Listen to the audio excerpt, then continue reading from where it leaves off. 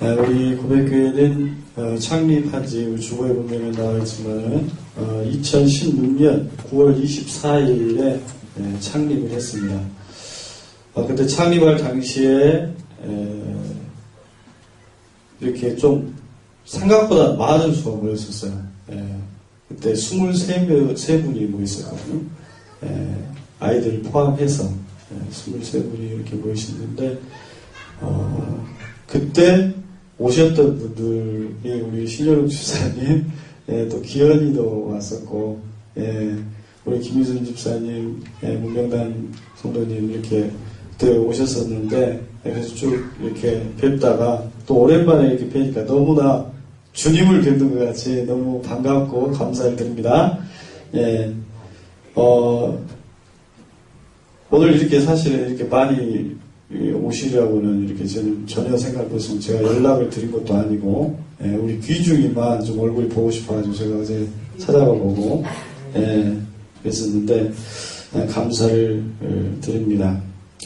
제가 개척을 할 당시에 사실은, 초반에 좀 이렇게, 생각보다는 많은 분들 모여가지고, 하나님이 도와주신갑다 생각하고, 이대로만 나가면은 금방 부흥할 수 있겠다. 약간 그런 생각을 가졌었어요. 그래서 지금 이제 1년 8개월 정도 지난 것 같은데, 그때 당시에 상당히 그런 마음이 가졌었습니다. 여러분들이 어떤 일을 시작하실 때 또는 창업하실 때 약간 그런 생각을 갖지 않습니까? 하나님께서 도와주시면은 이 일이 잘 될 것 같다. 금방 부흥할 것 같다. 금방 번창할 것 같다. 약간 그런 마음을 갖지 않습니까? 저도 약간 그런 마음이 있었던 것 같아요. 뭔가 하나님이 도와주신 것 같다 하면서 기도 열심히 하고 열심히 하면은 금방 부흥하겠다. 그런 생각을 가졌었습니다. 그런데 시간이 지나면서 한 가지 깨달은 것이 있었습니다. 그것은 바로 하나님이 정말로 원하시는 것은 내가 생각하는 부흥이 아니라고 하는 것을 깨달았어요. 정말로 주님이 원하시는 것이 있었습니다. 제가 1년 8개월을 기도하면서 깨달은 그것은 바로 주님이 원하시는 것은 바로 많은 수가 모여가지고 예배드리는 그것도 기뻐하시죠, 당연히. 저는 그것을 바라봤어요. 그것을 주님이 기뻐하신다고 생각했기 때문에. 그런데 그게 아니고 저 자신을 원하시더라고요. 주님께서 원하시는 것은 저 자신이었습니다. 다른 사람이 아닌 내가 온전히 하나님 앞에 드려지기를 원하신다라고 하는 것을 깨닫게 되었습니다. 저는 누구를 보내주십시오. 이런 일꾼이 필요합니다. 기도했습니다. 그런데 주님은 너가 먼저 주님의 진실한 종이 되거라고 말씀하셨습니다. 만약 제가 생각하는 방식대로 부흥이 이루어졌다고 한다면 저는 저의 목표를 이루고 좋아하면서 그것이 하나님께 영광을 올려드리는 일이라고 생각했을 것입니다. 그러나 그것은 주님의 목표가 아니라 나의 욕망을 이루는 일이었고 나의 목적을 이루는 일이었다라고 하는 것을 깨닫게 되었습니다. 그리고 저는 정말로 하나님을 믿는 것이 무엇인지 만일 그런 방식으로 성장하게 됐다고 한다면 정말로 내가 주님을 믿는다고 하는 것, 고백한다고 하는 것이 무엇인지를 잊어버리게 되었을 것입니다. 하나님의 은혜로 되어졌다라고 입으로 말하면서 마치 내가 잘나서 내가 목회를 잘해서 교회가 성장했다라고 은근히 생각하고 자랑하고 있었을지도 모르겠습니다. 그러나 오늘 우리 고백교회는 제가 생각하는 대로 부흥이 이루어지지 않았습니다. 그리고 지금 두 번째 부활절을 맞는 이 시간 저는 사실 이렇게 많이 오실 거라고 저는 전혀 생각을 못했어요. 그래서 원고에는 지난 부활절보다 훨씬 적게 나오셨다 그렇게 써놨는데 사실 지난 부활절보다 더 많이 나오신 것 같아요. 그래서 감사를 드립니다. 하나님께 영광을 올려드립니다. 그런데 저는 지난 부활절보다 훨씬 마음이 편해요. 이상하게. 마음이 편하고 한결 가볍습니다. 왜냐하면 주님은 많은 숫자를 원하시는 것이 아니라 한 사람을 원한다는 것을 깨달았기 때문입니다. 바로 저 자신을 원한다는 것을 알았기 때문입니다. 우리 교회는 부활절 맞아서 부활절 칸타타도 없고 특별한 부활절 순서도 없습니다. 그런데 우리 주님이 바라보시는 것은 어쩌면 그러한 행사에 있지 않다는 것입니다. 주님이 오늘 바라보시는 것은 거창한 부활절 예배가 아니라 오로지 지금 예배하고 있는 여러분 한 사람 한 사람, 정말로 주님 앞에 바로 서고자 하는, 주님을 만나고자 하는, 그 부활의 주님을 만나고자 하는 여러분 한 사람에게 우리 주님은 관심이 있다는 사실을 믿으시기 바랍니다. 그렇게 여러분 한 사람 한 사람이 주님을 향한 참된 믿음으로 세워져 나간다라고 한다면 주님은 그것을 부흥이라고 말씀하실 줄 믿습니다. 오늘날 신앙인들이 세상의 방식과 세상의 마음과 세상의 눈으로 너무나도 변질되어 가고 있습니다. 세상 사람들보다 오히려 더 세상적인 가치관으로 살아가는 사람들이 교인들이에요. 저는 그걸 볼 때 참으로 안타깝습니다. 저조차도 그렇게 변질되는 것이 아닌가 제 스스로를 돌아봅니다. 주님이 바라보시는 것은 정말로 한 사람 한 사람이 진실되게 하나님을 바라보고 사랑하는 것인데 어느 순간 세상의 방식대로 그러한 중심은 잃어버린 채 겉으로 보이는 것에 더 마음을 두고 더 신경을 쓰고 있었던 것이 아닌가 제 스스로 돌아보는 것입니다. 주님께서 십자가에 달리신 것은 철저히 세상의 방식과 힘과 세상의 가치를 따르지 않았기 때문에 종교 지도자들에 의해서 십자가에 달리신 것입니다. 그것이 중요한 것이 아니라 진실로 하나님을 사랑하는 것이 정말로 형식에 치우치는 것이 아니라 율법의 형식과 의문을 따르는 것이 아니라 마음속에 새겨진 하나님의 정말 그 마음속에 들리는 말씀, 마음속에 새겨진 그 율법을 따르는 것이 정말로 신앙의 길이라고 하는 것을 외치시다가 십자가에 달리신 것입니다.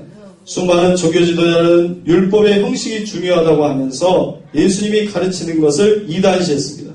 그래서 신성모독이라는 제목으로 십자가에 못 박으라고 외쳤습니다. 주님께서는 십자가 도상에서조차도 저들의 죄를 용서하여 주시옵소서, 그들이 하는 일을 알지 못해서 그런 것입니다 라고 오히려 종교 지도자들을 감싸주었던 것입니다. 그런데 놀라운 것은 주님께서 가신 그 길이 바로 하나님께서 인정하시는 부활의 길이요, 생명의 길이요, 영생의 길이었던 줄로 믿습니다.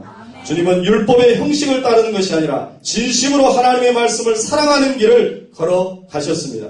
세상의 힘의 능력으로 예루살렘에 입성하신 것이 아니라 힘없고 어린 나귀 새끼를 타고 예루살렘의 겸손의 왕으로 가장 낮은 사람들과 함께, 우리 같은 사람들과 함께 하나님 나라를 이루시겠다고 예루살렘에 들어가신 줄로 믿습니다.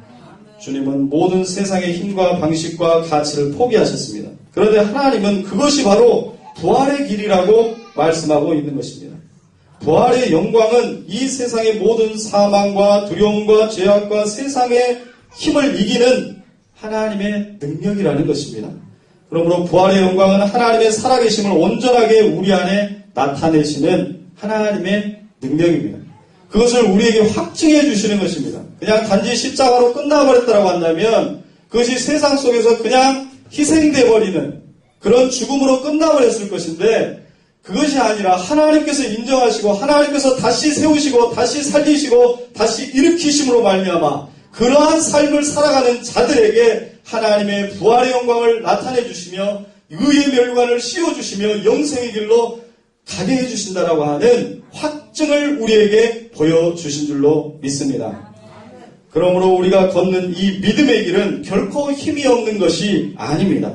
사도 바울은 고린도후서 6장 9절에서 10절에서 말씀합니다. 우리는 무명한 자 같으나 유명한 자요, 죽은 자 같으나 보라 우리가 살아있고, 징계를 받은 자 같으나 죽임을 당하지 아니하고, 근심하는 자 같으나 항상 기뻐하고, 가난한 자 같으나 많은 사람을 부유하게 하고, 아무것도 없는 자 같으나 모든 것을 가진 자로다 라고 선포하고 있는 줄 믿습니다. 고린도전서 9장 26절에서는 그러므로 나는 다름질하기를 향방 없는 것 같이 하지 아니하고 싸우기를 허공을 치는 것 같이 아니한다라고 했습니다. 세상 사람들도 이기기를 다투는 자마다 모든 일에 절제하지만은 그들은 썩을 면류관을 가지고 그 길을 향해서 나아가지만 우리는 썩지 아니할 것을 얻고자 믿음으로 나아간다라고 말씀합니다. 그러므로 우리의 믿음은 허공을 치는 것이 절대로 아니라는 것입니다. 단지 우리의 어떤 감상적인 그런 의지로 하나님을 믿는 것이 아니라는 것입니다. 아무것도 남겨지지 않는 그러한 결론을 우리가 받아들이기 위해서 예수님을 믿는 것이 아니라는 것입니다. 기도에 응답이 없다고 느껴질 때가 있습니까? 아닙니다. 결코 여러분들의 기도는 허공을 치는 기도가 되지 않을 것입니다. 여러분들이 진심으로 하나님을 사랑하는 마음으로 나아간다고 한다면 여러분들의 기도는 반드시 하나님께서 응답해 주시고 우리에게 내려주실 줄로 믿습니다. 진심으로 하나님 앞에 믿음으로 나아간다면 반드시 부활의 능력으로 여러분 안에 능력을 부어주실 것입니다. 그것을 확증해 주시는 것이 바로 우리 주님의 부활의 영광인 것입니다. 오늘 우리 고백교회는 연약한 것 같지만 강하고 근심 있는 자 같으나 항상 기뻐하고 가난한 자 같으나 많은 사람을 부유하게 하고 아무것도 없는 자 같으나 모든 것을 가진 교회로 성장해 나가기를 원합니다. 저희가 처음에 첫 예배를 드렸을 때 사르밧 과부라고 하는 사르밧 선교회라고 하는 그 선교회를 창설하고 저희가 적은 물질이지만은 교회를 시작하자마자 저희가 그때 당시에는 상당히 3분의 1 가까운 재정이었어요. 그것을 흘려보냈습니다. 그래서 지금도 월드비전을 통해서 두 아이들을 입양해서 그 아이들을 돕고 있고 또 북구에 초등학생을 적은 돈이지만 지원하고 있고 집 없는 난민들을 매월 돕고 있고 성경 보내기를 매월 하고 있습니다. 그리고 1년에 2번씩 선교사님이나 개척교회를 선정해서 50만 원씩 저희가 돕습니다. 작년에 교회 통장이 잔고가 거의 0원에 가까운 적이 있었어요. 작년에. 그런데 후반기에 저희가 결의를 했습니다. 그 사르밧 선교회를 통해서 후반기 50만 원을 지출하자. 그래서 후반기에 교회에서 결의한 대로 50만 원 정도 남은 것을 미자립 개척교회에 후원을 저희가 했습니다. 그래서 거의 0원이 됐어요. 그 교회 목사님께서 그러시더라고요. 재정이 아주 풍성한 것 같다고. 그렇게 도와주는 거 보니까. 그래서 저는 마음속으로는 가난하지만 부요하다. 그렇게 말하고 싶었습니다. 교회 성도님 한 분은 목사님 교회도 어려우실 텐데 이렇게 지원을 하시느냐고 그렇게 이야기를 했습니다. 그래서 저는 그냥 말씀대로 하려는 것뿐이라고 말했습니다. 그런데 신기하게 지금까지 재정이 부족하지는 않습니다. 놀랍게도 하나님께서 채워주셨습니다. 정말 저희 가정이 6명입니다. 자녀를 4명이나 낳았더니 6명이나 됐는데 하나님 은혜로. 그런데 먹고 사는데 전혀 지장이 없고 오히려 하나님께서 채워주셔서 뭐 양육비를 보내주고 뭐 어떤 보내주고 하나님께서 다 먹이셔가지고 저희가 하나님의 은혜로 잘 키우고 있습니다. 여러분들의 기도와 후원에 진심으로 감사를 드립니다. 우리가 가난하고 능력도 부족하지만 믿음으로 부유하게 살아갈 때 하나님께서 채워주신다는 것입니다. 그것이 바로 부활의 신앙입니다. 하나님께서 반드시 이루어주신다. 반드시 채워주신다. 반드시 이렇게 세워주신다. 반드시 살아나게 하신다라고 확증해 주시는 말씀이 바로 부활의 신앙인 줄로 믿습니다. 하나님께서는 부활 신앙을 가지고 살아가는 사람에게 확증적으로 부활의 능력을 주시겠다고 약속하십니다. 부활 신앙은 우리의 신앙이 단순히 감정적 희망으로 그치는 것이 아니라 실제적 능력이고 절대적 승리를 확증해 주시는 것임을 선포하고 있는 바로 하나님의 살아계신 메시지인 줄로 믿습니다. 여러분, 세상은 끊임없이 우리를 무덤 속으로 들어가라고 속삭입니다. 그것이 안전하다고 말합니다. 거기에 숨으라고 이야기합니다. 하지만 주님은 우리에게 사망과 어둠의 권세를 끊고 진리의 강으로 나오라고 하시고 생명의 강으로 나오라고 하시고 참된 기쁨의 자리로 나오라고 우리를 초대하고 계십니다. 부활이라고 하는 것은 무엇입니까? 내 안에 하나님의 생명의 충만함이 가득 차는 것입니다. 하나님의 생명의 충만함이 가득 찬 것. 그것이 바로 부활의 영광인 것입니다. 내 안에 더러운 것들을 십자가에 못 박고 내 안에 두려운 것들을 다 십자가에 내다 버려버리고 내 안에 상한 감정들을 다 십자가 앞에 그저 예수님 앞에 맡겨버리는 것입니다. 주님이 나를 사랑하신다라고 하는 그 한 가지 사실만 붙드는 것입니다. 주님이 십자가에 달리시기까지 나를 사랑하시는 그 주님의 놀라운 사랑, 그 사랑을 믿고 그것만 붙드는 것입니다. 그것이 바로 그 믿음을 통해서, 그 사랑의 믿음을 통해서 부활의 역사는 이루어지는 줄로 믿습니다. 그 사랑의 충만함 속에서 예수는 우리를 위하여 내어줌이 되고 우리를 의롭다 하시기 위해서 부활하셨느니라고 로마서에서 말씀합니다. 우리의 모든 것을 다 쏟아내어 버리고 다 내려놓아 버릴 때, 그때 그 안에 예수의 사랑의 생명이 가득 차게 되어질 때 우리는 예수와 함께 부활하는 것입니다. 부활은 이와 같이 과거의 사건으로 끝나는 것이 아니라 오늘 내 안에서 하나님의 실제와 하나님의 사랑의 강력한 임재를 오늘 이 시간 우리의 삶 속에서 경험하는 것입니다. 그것이 내가 정말로 믿어지는 것입니다. 내가 살아난다라고 하는 것을 믿는 것입니다. 내가 주님과 함께 동행하여 나갈 때 그 어떤 어려움도 이길 가능성이 있다라고 하는 것이 아니라 확증적으로 우리는 이기고 나아간다라고 확신하는 것입니다. 그것이 바로 부활의 신앙인 것입니다. 그것이 믿어지는 것입니다. 하나님의 진실한 사랑이 내 안에 온전히 믿어지는 것입니다. 내 허물까지도 받아주시고 내 상처까지도 받아주시고 내 두려움까지도 온전히 받아주시는 예수님의 사랑을 만나는 것입니다. 부활은 철저히 오늘 나에게 일어나는 현재적 사건인 것입니다. 부활의 주님 앞에 내가 문을 여는 것입니다. 그리고 그 주님의 옷깃을 닿기만 하면 됩니다. 그런데 제자들조차도 오늘 말씀에서 두려워서 문을 꽁꽁 닫고 있었다라고 이야기합니다. 사단은 우리를 무덤 속으로 다시 들어가게 합니다. 문을 꽁꽁 닫으라고 합니다. 주님 앞에 나오지 못하게 하는 것입니다. 내가 문을 열지 않고는 부활은 절대로 경험되어지지 않습니다. 나의 꽁꽁 닫혔던 빗장문이 예수의 사랑 앞에 살며시 열어지게 될 때 부활의 빛이 우리의 모든 심령 깊은 곳까지 파고들어 우리를 변화시키는 줄로 믿습니다. 오늘 말씀에서 제자들은 예수님 맞기를 두려워했습니다. 문을 꽁꽁 닫고 있었습니다. 왜냐하면 나는 그분을 배반했고 나는 그분을 믿지 않았고 나는 그분을 떠났기 때문이라고 이야기합니다. 그러나 그럼에도 불구하고 부활하신 주님은 그들에게 그대로 찾아오셨습니다. 그리고 다시금 문을 두드리십니다. 그리고 우리에게 말씀하십니다. 예수께서 오사 가운데 서서 이르시되 너에게 평강이 있을지어다. 평강이 있을지어다. 걱정하지 말아라. 나는 너희를 믿는다. 그런 모든 두려움들 다 그냥 내다 벗어버리고 마음 그냥 편히 가지라고 이야기합니다. 너희를 책망하지 않는다. 나는 여전히 너희를 사랑한다라고 말씀하시는 것입니다. 그리고 또 한 가지 말씀하십니다.